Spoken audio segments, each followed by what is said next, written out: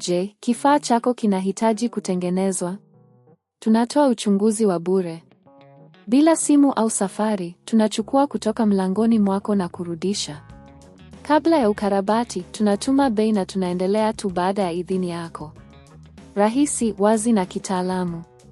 Kiungo kiko kwenye maelezo. Kabla ya kuanza, ni muhimu kufanya uchunguzi wa bure wa kifaa chako ili kuhakikisha tatizo ni kioo tu. Unaweza kutafuta huduma za kijamii au maduka ya vifaa vya kiteknolojia karibu nawe.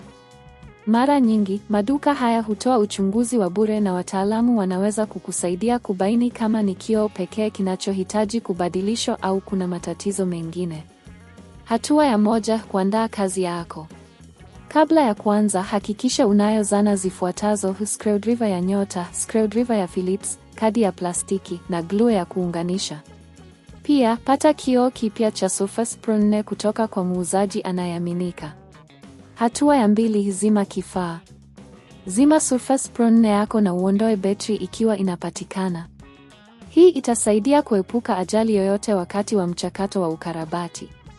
Hatua ya 3, ondoa kifuniko cha nyuma. Tumia screwdriver ya Nyota kuondoa screws zote kwenye nyuma ya kifaa. Hakikisha unahifadhi screws hizo mahali salama. Baada ya kuondoa screws, tumia kadi ya plastiki kuondoa kifuniko cha nyuma kwa uangalifu. Hatua ya 4, weka kioo kipya. Baada ya kufikia kioo cha zamani, ondoa kwa uangalifu kwa kutumia screwdriver na kadi ya plastiki. Hakikisha kuwa unazingatia nyaya na sehemu nyingine za ndani. Weka kioo kipya mahali pake na uunganishe nyaya kama zilivyokuwa awali. Hatua ya 5, fungua kifaa. Baada ya kuweka kioo kipya, funga kifaa kwa kurudisha kifuniko cha nyuma na screws zote. Hakikisha umefunga vizuri ili kuepuka matatizo ya baadaye. Hatua ya 6, jaribu kifaa. Zima kifaa kisha uanzishe tena. Angalia kama kioo kipya kinatoa picha vizuri bila matatizo yoyote.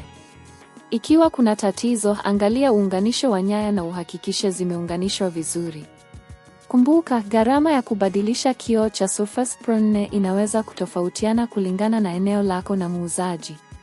Katika maeneo mengi, bei inaweza kuanzia kati ya shilingi 15,000 hadi 30,000 kulingana na ubora wa kioo unachochagua. Pia, huduma za kuchukua nyumbani zinapatikana katika maeneo mengi, hivyo ni aidi kutumia huduma hizi ili kupata urahisi zaidi. Je, kifaa chako kinahitaji kutengenezwa?